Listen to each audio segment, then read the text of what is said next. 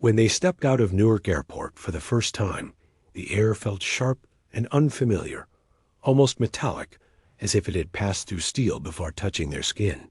Ria pulled her jacket tighter around herself and stood close to her younger brother, Arjun.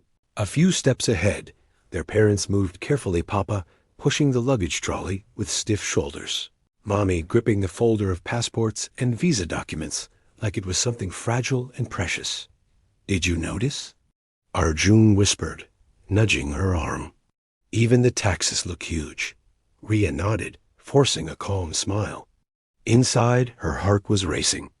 Back in Ludhiana, she had been the brightest student in her class. The girl teachers said would crack IIT one day.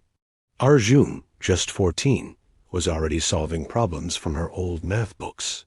Foreign countries had always felt like movie sets to them, glossy, perfect, unreal.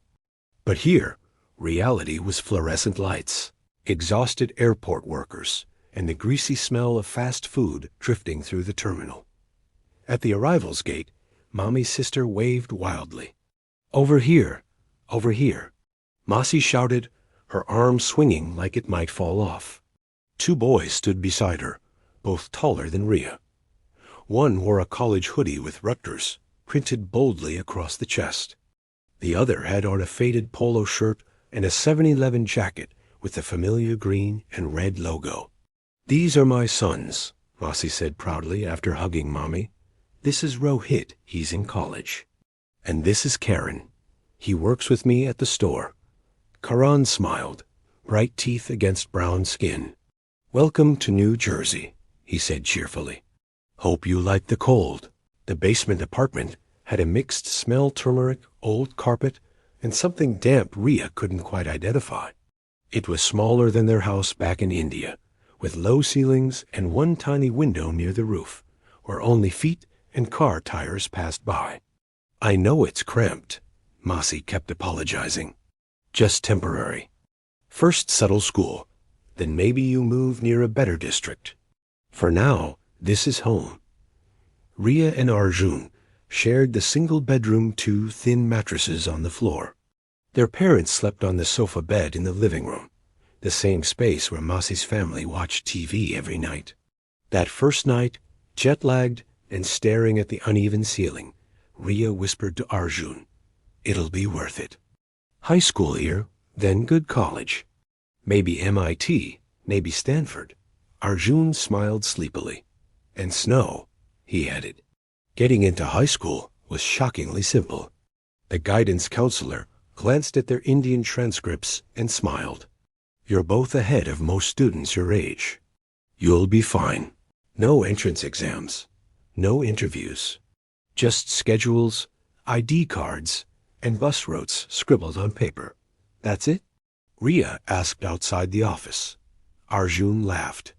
"We start Monday." Their parents celebrated with halwa, made from the last of the ghee they had brought from India. Papa's eyes shone. "This country rewards hard work," he said. "No politics, no shortcuts. Just effort." Mommy wiped her eyes with her dupatta. "One day, people back home will say, look, their children became successful in America." Ria believed every word. It was Karan who first showed them the other side of that promise. One afternoon, during the second week of school, he picked them up from the parking lot, leaning casually against his old Honda Civic. Music thumped softly inside. "Get in," he called. "I told Ma I'll drop you."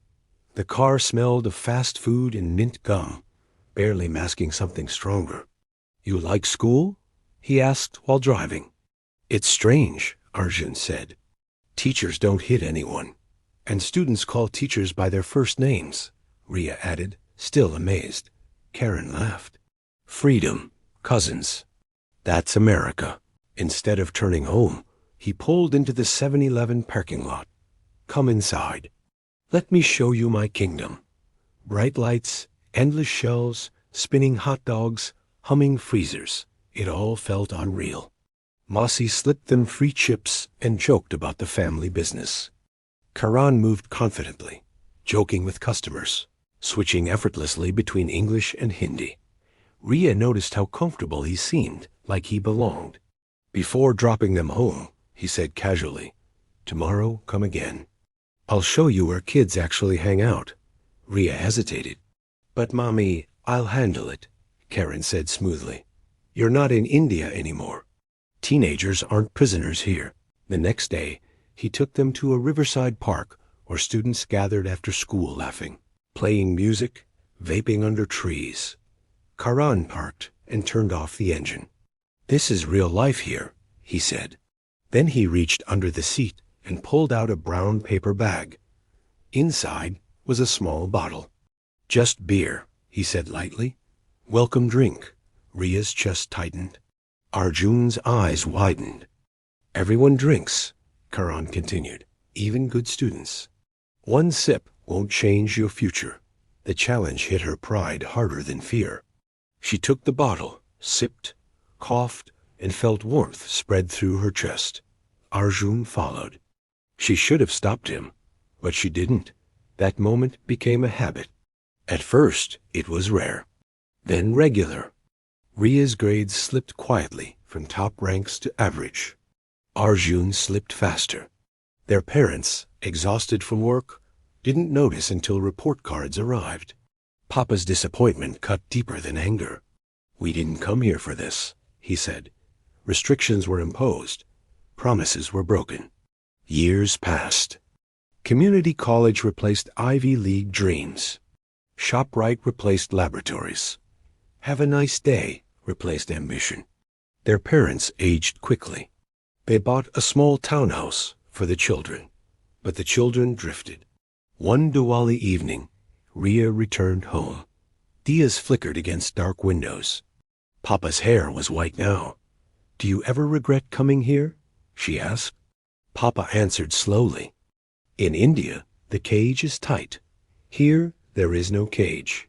Some people don't know how to walk without walls." Ria cried silently. That night, standing by the window, she made a quiet decision. Not a miracle, just a beginning. Somewhere between discipline and freedom, maybe there was still a road back. And maybe, just maybe, it wasn't too late.